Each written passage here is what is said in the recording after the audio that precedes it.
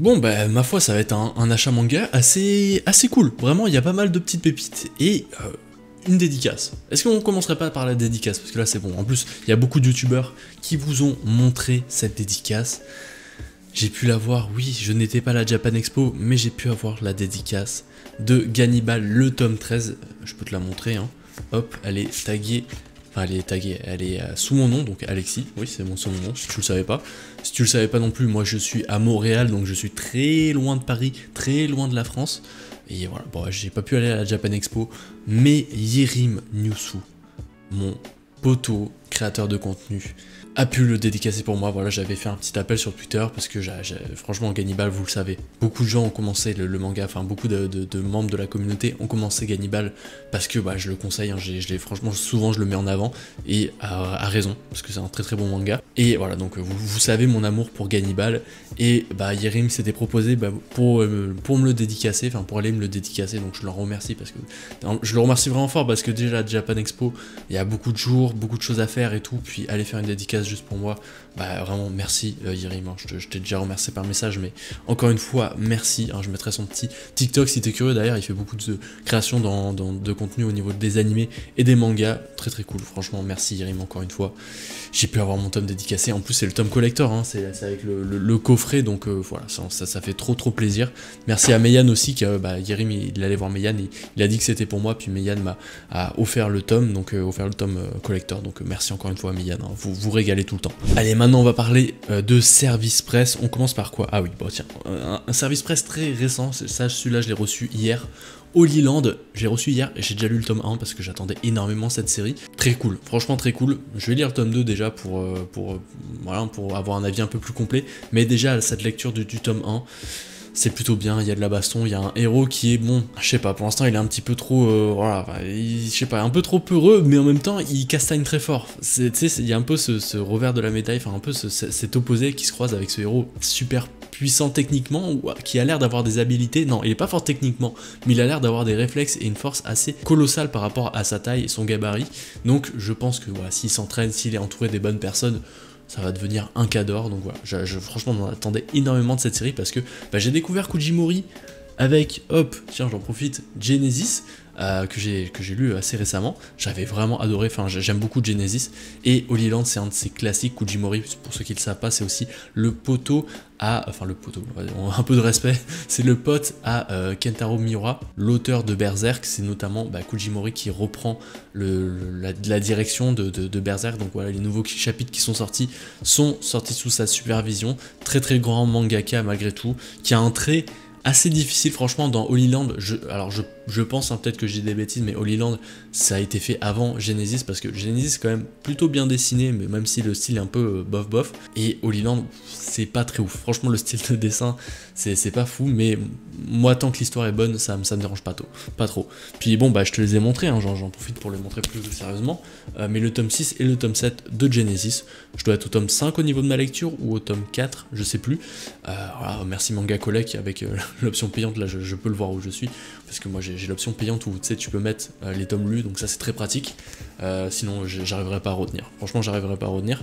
Donc voilà, tome 6 et 7, il est possible que je les lise très vite parce que franchement j'aime beaucoup et j'ai pas trop envie d'attendre parce que j'ai déjà l'histoire en tête, donc voilà. Avant de passer au prochain manga, rappelle-toi que j'ai un code de parrainage pour le site Lirka qui va t'offrir 10% sur ta première commande, 10% de réduction, donc voilà, si tu fais une belle commande ça va te faire une belle réduction. Tout est en description si tu veux voir le site et le code, franchement vous êtes beaucoup à l'avoir fait, et voilà, j'ai déjà fait mon prochain achat manga grâce à vous, avec tout ce que vous avez pris, donc voilà, ça fait super plaisir. Tout est dans la description. Un manga où je prends du retard mais c'est complètement volontaire, c'est Manchuria Opium Squad, hein. Je pense que au moment où je recevrai le tome 10, je vais me refaire une lecture, parce que moi je dois être au tome 4 ou 5, et voilà, je me ferai une lecture de 6 ou 5 tomes, et je vous ferai mon avis après 10 tomes. Moi j'aime bien, tu le sais, dans mes bilans lecture, revenir sur des mangas, voilà, c'est bien beau de les présenter, mais des fois, voilà, je crois que Manchuria Opium Squad, j'avais placé comme ma meilleure découverte de 2022, donc ça se trouve que voilà, 10 tomes après, ben c'est plus du tout la même vibe, donc voilà, j'ai hâte de lire ça et de vous présenter mon avis final, enfin pas final, mais mon avis après 10 tomes de Manchuria Opium Squad. Un autre service presse, iComics, d'ailleurs je l'ai pas précisé, hein, mais les Vega Dupuis m'ont été envoyés par la boîte de diffusion, tout comme ce tome-là de iComics. Hein. La boîte de diffusion, pour rappel, c'est un diffuseur ici au Québec, voilà, qui diffuse notamment Mangetsu, Vega Dupuis, Ankama et iComics. Et quand j'ai vu que iComics sortait une nouvelle édition des Tortues Ninja, pour moi c'est une belle partie de mon enfance, j'adorais les dessins animés, tout ça, puis les bandes dessinées ça m'avait jamais vraiment trop interpellé, jusqu'à récemment avec The Last Ronin que j'ai adoré, que j'ai vraiment bien aimé.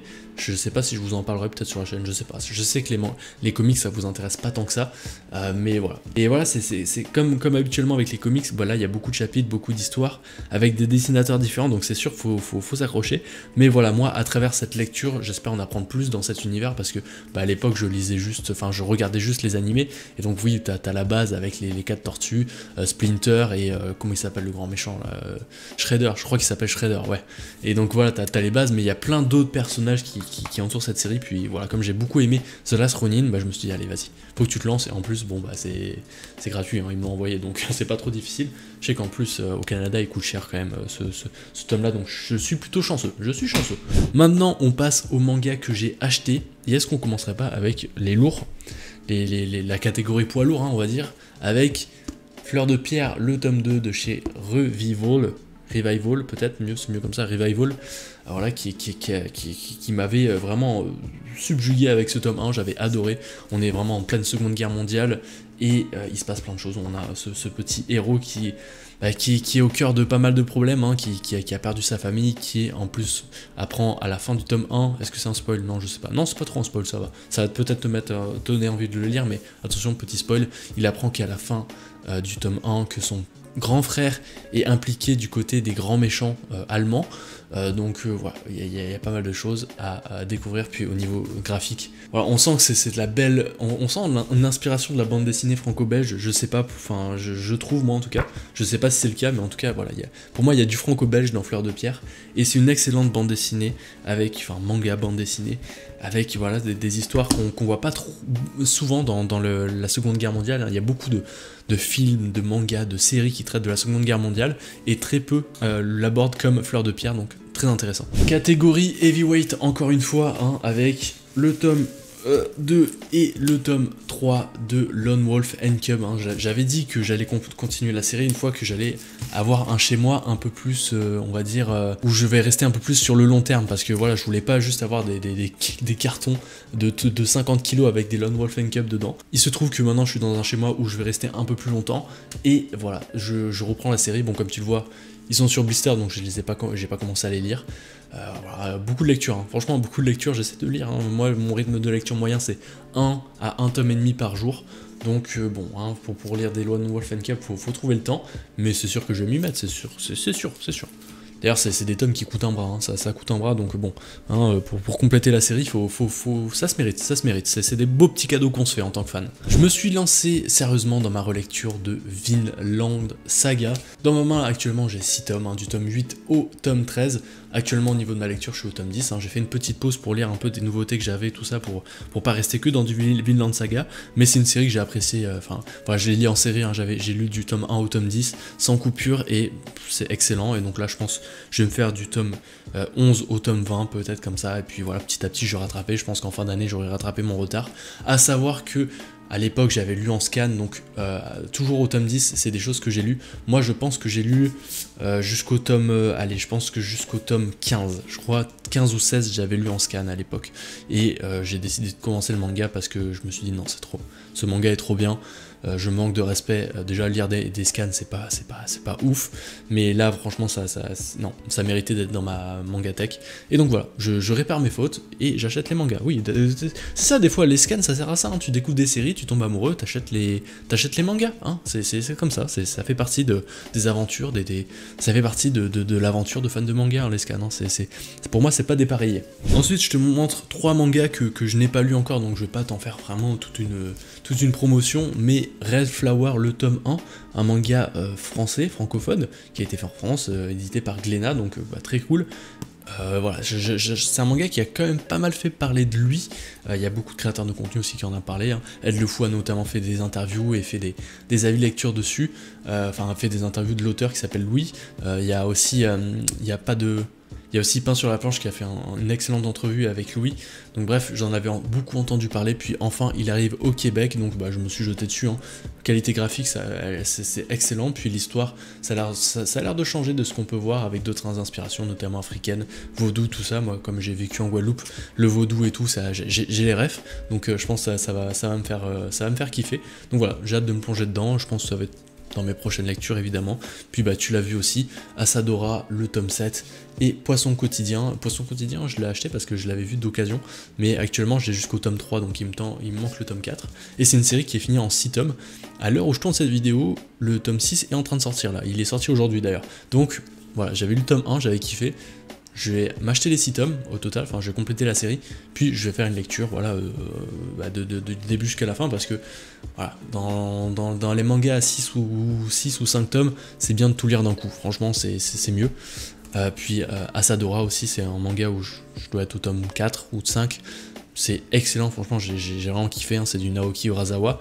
Et voilà, j'attends parce que franchement les tomes prennent du temps à sortir, et voilà, j'aime pas trop attendre, donc ce que j'ai fait, c'est que j'ai mis cette lecture de côté, puis peut-être une fois que le manga sera fini, bah, je me lancerai dedans, parce que voilà, j'aime bien lire les Naoki Urasawa à mon rythme, et pas attendre les parutions. Allez, on finit avec deux mangas un peu post-apo, mais complètement différents dans leur genre. On a Great Trailers et Crazy Food Truck, hein, voilà, une corrélation entre manga de post-apocalyptique et non en anglais peut-être, je sais pas. Great Trailers, je vais vous sortir une review assez complète bientôt, donc je t'en dis pas plus dans cette vidéo.